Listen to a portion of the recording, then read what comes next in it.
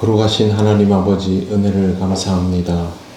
이 아침에도 우리를 부르시고 기도할 수 있도록 인도하심을 감사합니다. 오늘도 주님 주시는 말씀을 따라서 기도의 자리로 나가도록 인도하여 주옵소서. 예수님 이름으로 기도드립니다. 아멘. 찬송가 379장 하나님께 찬양드립니다. 내 갈 길 멀고 밤은 깊은데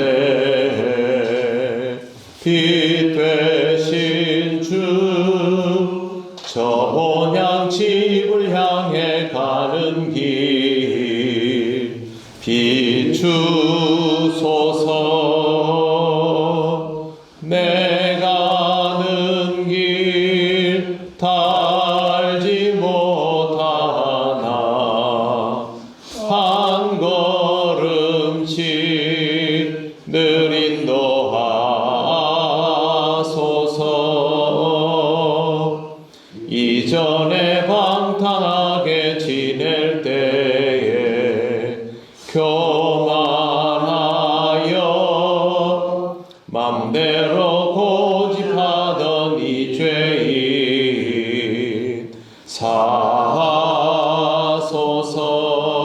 사하소서. 내 지은 죄 다 기억마시고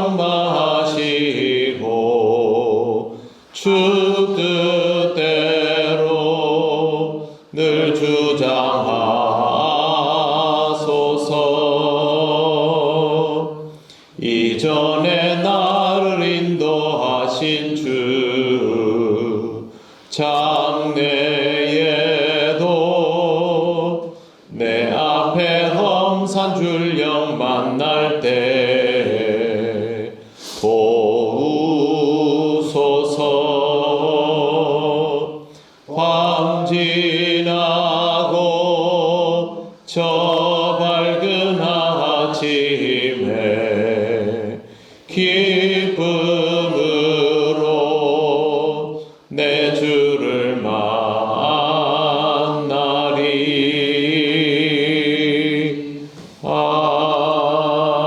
아멘. 하나님 말씀 누가복음 24장 13절부터 25절까지입니다. 한 절씩 교독하겠습니다. 그날에 그들 중 둘이 예루살렘에서 25里되는 엠마오라 하는 마을로 가면서 그들이 서로 이야기하며 문의할 때에 예수께서 가까이 이르러 그들과 동행하시나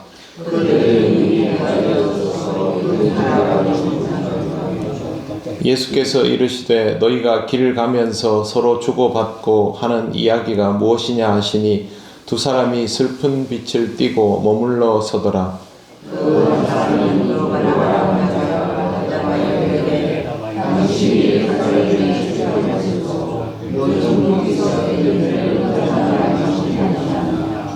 이르시되 무슨 일이냐. 이르되 나사렛 예수의 일이니 그는 하나님과 모든 백성 앞에서 말과 일에 능하신 선지자이거늘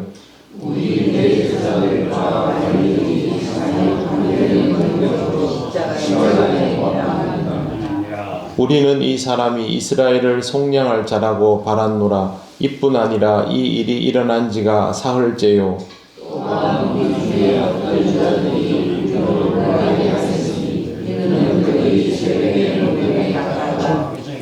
그의 시체는 보지 못하고 와서 그가 살아나셨다 하는 천사들의 나타남을 보았다 함이라.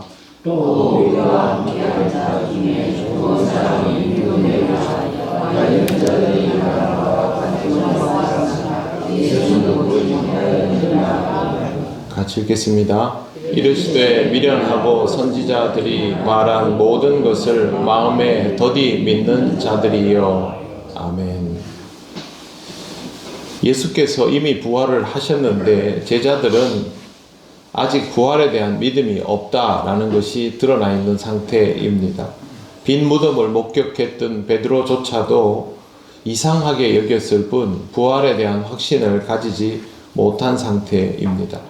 그런데 13절에 보시면 그 날에 그들 중 둘이라고 되어 있습니다. 그러면 부활에 대한 소식을 들었던 제자들 중에 두 사람이라는 뜻이 됩니다.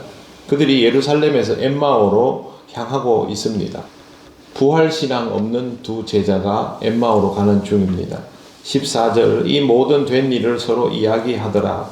이 모든 된 일이 무엇인지 여기 바로 나와 있지는 않지만 나중에를 읽어보면 예수님의 빈 무덤 이야기일 것을 알 수 있습니다. 2000년 기독교 역사에서 가장 확실한 부활의 증거가 늘 빈 무덤이었다라고 증언되어 왔었습니다. 그런데 20세기에 들어서 독일의 아주 젊은 신학자가 빈 무덤의 논리를 정면으로 반박한 적이 있습니다. 예수님이 부활하지 않았다라는 말을 한 것이 아니라 빈 무덤이 증거가 될 수 없다라는 것을 그렇게 반박을 했는데 독일 신학계에서 이 말에 대해서 대꾸를 제대로 못 해가지고 결국 이 사람의 책을 판매 금지를 시켰던 사건이 있습니다.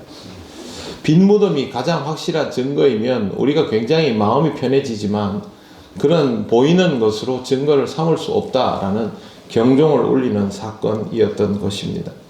제자들은 이 빈 무덤을 통하여서도 부활을 믿지 않고 있는 상태이지 않습니까? 그런데 그 중에 예수께서 가까이 오셔서 동행하기 시작합니다. 성경에 보면 이렇게 되어 있습니다. 예수님이 그들 가까이 오셨는데 그들이 알아보지를 못합니다. 16절을 보시면 그들의 눈이 가리워져 그인 줄 알아보지 못하거늘 이라고 되어 있습니다. 가리워져 라는 말은 억제되었다 라는 뜻입니다. 시각적으로 억제된 것입니다. 제자들은 예수님 목소리만 들어도 알아듣는 사람들입니다. 보기만 보면 알아보지 못할 수가 없지요. 그런데 의도적으로 보아서 확인이 안 되도록 그렇게 역사하셨다라는 뜻입니다.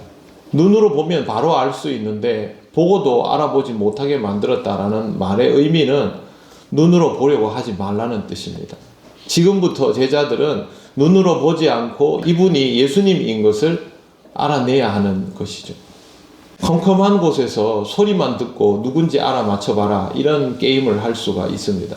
그러면 우리는 시각에 의존했던 것들을 완전히 내려놓고 오직 청각만 가지고 그 목소리의 주인공이 누군지를 알아내야 되지 않습니까? 지금 제자들은 실제로 영적으로 대화를 주고받으면서 상대방이 누구인지를 알아내야 하는 상황에 처해지게 된 것입니다. 예수님이 곁에 오셔서 무슨 이야기를 주고받느냐 물으시니 이 사람들이 슬픈 빛을 띠고 멈추어 섰고 그 중에 글로바라는 사람이 이렇게 대답을 합니다. 당신이 예루살렘에 체류하면서 요즘 거기서 된 일을 혼자만 알지 못하느냐. 지금 예루살렘에는 난리가 난 것이죠. 예수님이 십자가에 죽으시고 부활하셨다라는 이야기가 도는데 무덤이 비어있다라는 것은 명백한 사실이니까 이걸로 인하여 소동이 난 것인데 어떻게 이 이야기를 모를 수 있느냐라고 되묻는 것입니다. 그러면서 제자들이 하는 말이 나사렛 예수는 하나님과 모든 백성 앞에서 말과 일에 능한 선지자인데 대제사장들과 관리들이 사형 판결을 내려서 십자가에 못 박히게 죽였다라는 것. 그리고 21절에 이렇게 되어 있습니다. 우리는 이 사람이 이스라엘을 속량할 자라고 바랐노라. 이뿐 아니라 이 일이 일어난 지가 사흘째요. 22절 또한 우리 중에 어떤 여자들이 우리로 놀라게 하였으니 이는 그들이 새벽에 무덤에 갔다가 그의 시체는 보지 못하고 와서 그가 살아나셨다 하는 천사들의 나타남을 보았다 함이라. 여기까지 딱 보면 지금 예수 그리스도가 어떤 분인지 그리고 어떤 사건을 겪었고 부활에 대한 정보가 어떤 것들인지 다 열거되어 있습니다. 지금 보시면 여기 부족한 정보가 있습니까? 부족한 정보 하나도 없습니다. 구약 성경에서부터 비롯된 하나님의 말씀이 그대로 다 들어있고 예수님의 십자가 사건에서 무덤이 비어있고 천사들이 알려줬다라는 정보까지 그대로 다 있습니다. 그럼에도 불구하고 제자라는 사람들이 슬픈 기색을 띠고 있습니다. 그 말은 이 정보가 지금 쓸모가 없다라는 뜻이죠. 베드로가 무덤에 다녀왔다는 것을 알고도 하는 말이 예수는 보지 못했다 였습니다. 말씀이 이 사람들에게 계속해서 정보가 되어서 와 있지 않습니까? 그럼에도 불구하고 이 사람들은 슬픈 기색을 띠는 것에서 벗어나지 못하고 있습니다. 하나님의 말씀이 다가와도 그것이 그냥 나열된 정보일 뿐 살아계신 하나님의 메시지이지 못하면 그건 지금 이와 똑같습니다. 요즘 우리가 그런 말을 많이 하죠. 말씀의 홍수 시대. 정말 많은 것들을 듣고 그 중에는 좋은 것들도 너무 많고 내가 잘 담아두면 귀한 것들도 너무 많지만 그것이 나에게 의미가 없다면 그건 아무 쓸모없는 것이 됩니다. 지금 이 사람들이 구약 성경과 예수님의 가르침과 예수님의 십자가 사건과 부활에 대한 소식을 다 가지고도 부활 신앙에 조금도 다가서지 못하고 있는 것입니다. 예수님이 이 말씀을 하십니다. 25절을 보십시오. 이르시되 미련하고 선지자들이 말한 모든 것을 마음에 더디 믿는 자들이요. 줄여서 말하면 이 믿음 없는 사람들아 입니다. 하나님의 말씀을 듣고 나서 눈으로 확인해야만 답이 나온다고 생각하는 사람은 미련한 사람인 것이죠.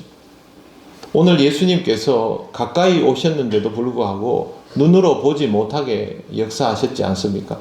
그 말은 예수 그리스도를 만남에 있어서는 눈으로 보는 일이 좋지 않다라는 뜻입니다. 주님을 만나는 일은 오직 믿음으로 이루어져야 하는 사건입니다. 누가복음 24장은 지속적으로 그것만 이야기합니다. 우리가 지금 볼 때는 예수님의 부활에 대하여 이야기를 하니까 여기에 무슨 부활의 특별한 증거가 있지 않느냐, 우리가 물증으로 삼을 만한 것이 있지 않느냐, 이런 것들에 신경을 쓰고 사실 이 성경을 봅니다만 누가복음 24장의 요지는 다른 데 있지 않습니다. 부활하신 예수 그리스도는 눈으로 보지 못하고 믿음으로만 만날 수 있다. 눈으로 보고 귀로 들으려 했던 모든 사람들은 불신해서 한 걸음도 나서지 못한다. 오직 믿음으로 주를 만나야 한다. 이게 24장의 메시지입니다. 우리도 마찬가지입니다. 주님은 믿음으로만 만날 수 있습니다. 그러므로 항상 우리의 믿음이 주님 앞에서 살아있도록 그렇게 준비되어 있어야 할 것입니다. 오늘도 기도하실 때 하나님께 내가 믿음으로 살아가며 내 모든 삶의 순간 속에서 주님을 경험하고 주님과 동행할 수 있게 해달라고 기도하시고 이 하루를 신앙으로 시작하시기를 바랍니다. 아멘. 기도드리겠습니다. 하나님 감사합니다. 오늘도 우리에게 말씀하여 주셔서 주를 눈으로 보지 않도록 그렇게 가르쳐 주심을 감사합니다.